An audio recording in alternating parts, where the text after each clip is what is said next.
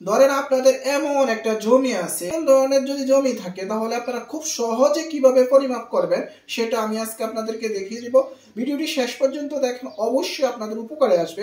দেখেন প্রথমত এখানে দৈর্ঘ্য কত আছে, এখানে দৈর্ঘ্য আছে 45, এখানে দৈর্ঘ্য আছে 60, এখানে প্রস্থ আছে 31, এখানে প্রস্থ আছে 20, এখানে প্রস্থ আছে 9। দেখেন এখানে কিন্তু হিজিবিজি একটা বিষয়, আপনারা হিজিবিজির যে জমিগুলো আছে এই জমিগুলো আপনারা খুব সহজে কিন্তু আয়তকার ক্ষেত্রফল নির্ণয়ের মধ্যে আপনারা কিন্তু সহজে নির্ণয় করতে পারবেন। প্রথমে কি যে কাজটা করবেন, এই যে এখানে দেখেন দুইটা যেহেতু অংশ, এই দুইটা অংশকে আপনারা আলাদা করে নেবেন, পৃথক করে নেবেন। আলাদা যদি করেন তাহলে কিন্তু আপনাদের জমিটা মাপতে খুব সহজ হবে। তাহলে এখানে যেহেতু 60 আছে, তো এখানে যেহেতু আলাদা করে নিলাম, তার মানে এটা 60 থাকবে না, এটা চলে আসবে। দেখেন এখানে যেহেতু 15, তার মানে এটা হবে 45, এখানে যেহেতু 45, তাহলে এখানে 45 ফুট আর এখানে হবে 15 ফুট। তাহলে আমরা এখানে 15 ফুট আলাদা করে নিলাম।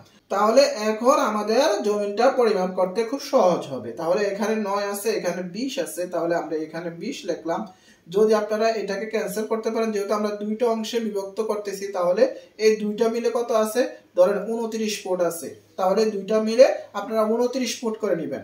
যেহেতু আমরা এই জমিটাকে দুইটা অংশে বিভক্ত করে ফেলছি, সেহেতু এখানে যেহেতু প্রস্থ 31 আছে, এখানের প্রস্থটা আপনারা মেপে নেবেন। ধরেন এখানে মেপে নিলেন, প্রস্থটা আছে কত, 29, প্রস্থটা আছে 29 ফুট। এবার আপনারা ক্যালকুলেশন করলে খুব সহজ হবে।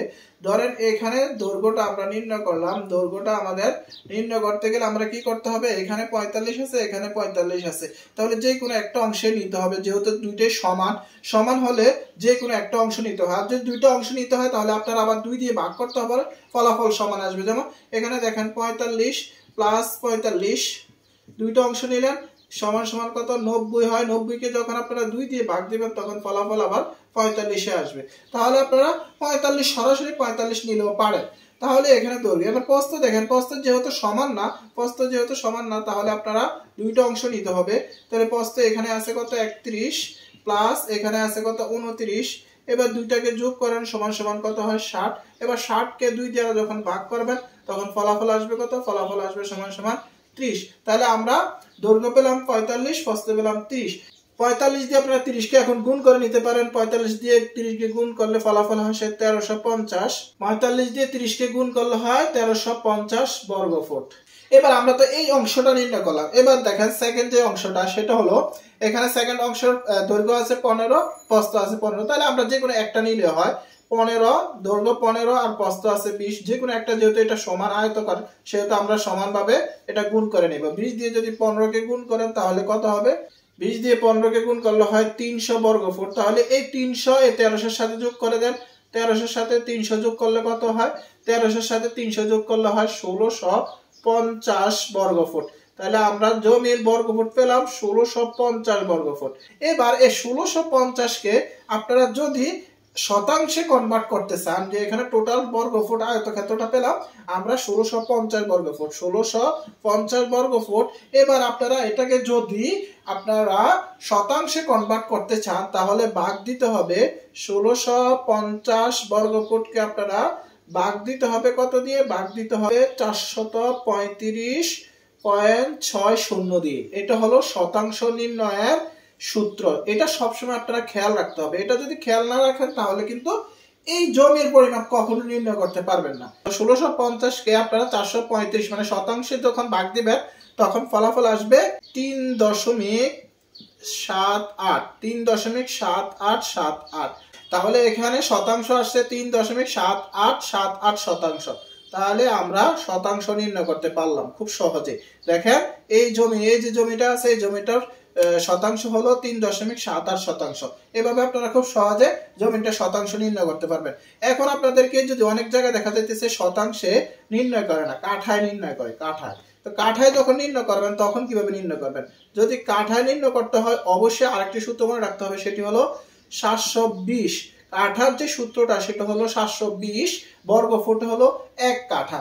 1650 বর্গফুটের সাথে যখন 720 যখন আপনারা ভাগ করবেন তখনই কাঠা নির্ণয় হয়ে আসবে। তাহলে আপনারা খুব সহজে কিন্তু কাঠাও নির্ণয় করতে পারবেন যে এই জমিটা যেহেতু টোটাল আয়তকার ক্ষেত্রফল আছে কত, 1650 বর্গ ফুট। এবার যখন 720 দিয়ে যখন আপনারা এটাকে ভাগ দিবেন তখন কাঠা নির্ণয় হয়ে যাবে। তো 720 দিয়ে যখন 1650-কে ভাগ দিবেন তখন ফলাফল আসবে 2.291। তার মানে এটা হলো এত কাঠা, মানে 2.291 কাঠা। এভাবে আপনারা খুব সহজে এই জমিটার কাঠাও নির্ণয় করতে পারবেন, শতাংশ নির্ণয় করতে পারবেন। এখানে যেই কাজটা আপনারা অবশ্যই করবেন সেটা হলো, এরকম জমি হলো অবশ্যই দুইটা অংশ বিভক্ত করে নেবেন আয়তকার ক্ষেত্রফলের সূত্র, তাহলে খুব সহজে এখানে আপনারা অ্যাপ্লাই করতে পারবেন।